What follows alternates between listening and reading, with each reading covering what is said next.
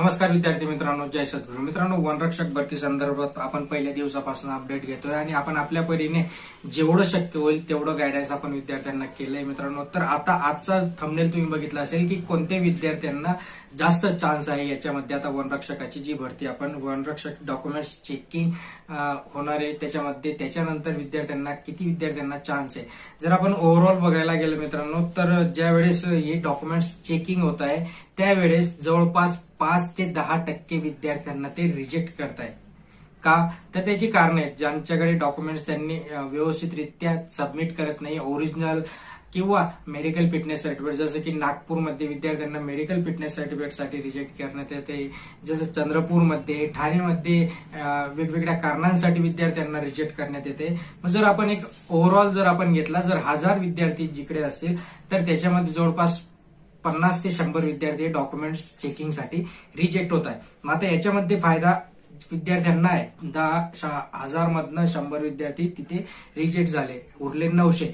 Reject व्हायला नको. आपलं प्रत्येक पहिल्यापासूनच होतं की प्रत्येक विद्यार्थ्याला चान्स मिळायला हवा, बट अनफॉर्च्युनेटली दुर्दैवाने जर होत असेल तर ठीक आहे, ही भरती नाही तर दुसरी भरती. नंतर मित्रांनो पुढचा विषय असा आहे की याच्यामध्ये जे विद्यार्थी आहेत, आता त्याच्यामध्ये बहुतेक विद्यार्थ्यांनी फक्त आणि फक्त स्वतःला प्रूव्ह करण्यासाठी की माझा अभ्यास किती झाला आहे आणि त्यासाठीच त्यांनी ती एक्झाम दिली. नंतर एक्झाम देऊन ते साईडला झाले किंवा त्यांनी कुठल्याही प्रकारच्या ग्राउंडची तयारी केलेली नाही. बहुतेक विद्यार्थी असे असतात की त्यांची हाईट कमी असते, त्यांचा स्कोर चांगला आहे, त्यांची हाईट कमी आहे, मग असे विद्यार्थी पण तिथे रिजेक्ट झाले. नंतर एक BMIचा विषय म्हणजे हाईट आणि उंची यांचा विषय खूप सध्या चर्चेमध्ये, त्यामुळे पण विद्यार्थ्यांना ते रिजेक्ट करताय. मग असे विद्यार्थी जवळपास 10% जर आपण पकडले तर ते 10% विद्यार्थी तिथे रिजेक्ट होत आहे. बहुतेक विद्यार्थी जर आपण बघायला गेलं, जर 5 किलोमीटर धावणं हे काही सोपं नाहीये. 5 किलोमीटर धावताना सगळा जोर लावावा लागतो आणि ते प्रत्येकाला शक्य नसतं.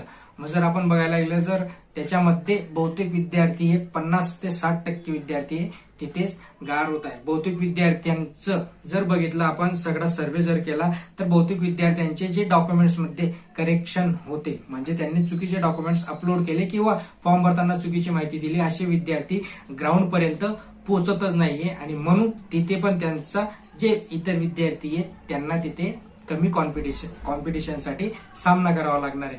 मग जर ओव्हरऑल बघायला गेलं तर जे विद्यार्थ्यांचे रनिंग मध्ये चांगले नाहीयेत, जे विद्यार्थी ग्राउंड पर्यंत पोहोचत नाहीये डॉक्युमेंट व्हेरिफिकेशनसाठी, बहुतेक विद्यार्थ्यांना मेडिकल फिटनेस सर्टिफिकेटसाठी, कोणाला डॉक्युमेंट्स तर कोणाला मेडिकल, कोणाला उंची हाईटसाठी ते रिजेक्ट करताय.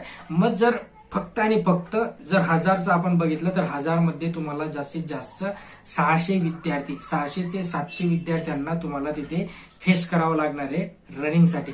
रनिंगसाठी जे जर बघितलं, ज्या विद्यार्थ्यांचे 18-19 असे मार्क्स टायमिंग आहे त्या विद्यार्थ्यांचं सिलेक्शन आहे 100% मित्रांनो. बघा समजून घ्या, ज्या विद्यार्थ्यांचं रनिंग आहे 18-19 मिनिटाचं आहे त्या विद्यार्थ्यांना इथे 100% चान्स आहे, त्यांना इथे पोस्ट नक्कीच मिळणार आहे. कारण की 5 किलोमीटर आपण खूप काही दिवसांपासून सांगत होतो, तुम्ही 5 किलोमीटरची प्रॅक्टिस करा. प्रॅक्टिस केली नाही बहुतेक विद्यार्थ्यांनी. बहुतेक विद्यार्थी ते कोर्टाचा निर्णय काय येईल, हे येईल, ते येईल, म्हणून मी सांगतो की आपण आपल्या पद्धतीने अलर्ट राहायला पाहिजे. आपण आपलं काम जो आहे ते काम आपण करत राहायला पाहिजे. तुम्ही जर मागचे जरी व्हिडिओ बघितले तर मी प्रत्येक वेळेस सांगितलंय, कोर्टाचा निर्णय आपल्या हातात नव्हता, शासनाचा निर्णय आपल्या हातात नव्हता. आपल्या हातात काय होता? आपल्या हातात फक्त रनिंग होती आणि ती रनिंग ज्याने केली, ज्याने सिरियसली घेतलं त्याचं इथे सिलेक्शन पक्क आहे मित्रांनो. ओके, सो ज्यांचं कोणाचं आता डॉक्युमेंट्स क्लिअर झाले असतील त्यांनी रनिंगवर थोडा फोकस करा, जेणेकरून तुमचं सिलेक्शन नक्कीच होणार आहे. ज्यांचं नाही झालं त्यांच्यासाठी परत एकदा भगवंताने तुम्हाला कुठलं तरी चांगलं तरी काम किंवा चांगली पोस्ट तुमच्यासाठी असेल, चांगलं काहीतरी तुमच्या आयुष्यात घडणार असेल म्हणून तुम्हाला इथे रिजेक्ट केलेलं आहे असं पॉझिटिव्ह समजा. ओके, टेन्शन घ्यायचं गरज नाहीये. आयुष्यात खूप काही गोष्टी करण्यासारख्या, त्यामुळे एक भरतीमध्ये जर तुम्ही रिजेक्ट होत असाल डॉक्युमेंटसाठी तर टेन्शन घ्यायची गरज नाहीये. आपल्याला पुढे जी काही चांगली भरती असणार आहे, खूप मोठी भरती असणार आहे, त्याच्यात अशा चुका होणार नाही, ही गोष्ट आपल्याला इथून शिकण्यासारखी आहे मित्रांनो. भेटूया पुढच्या व्हिडिओमध्ये. तोपर्यंत जय हिंद, जय महाराष्ट्र.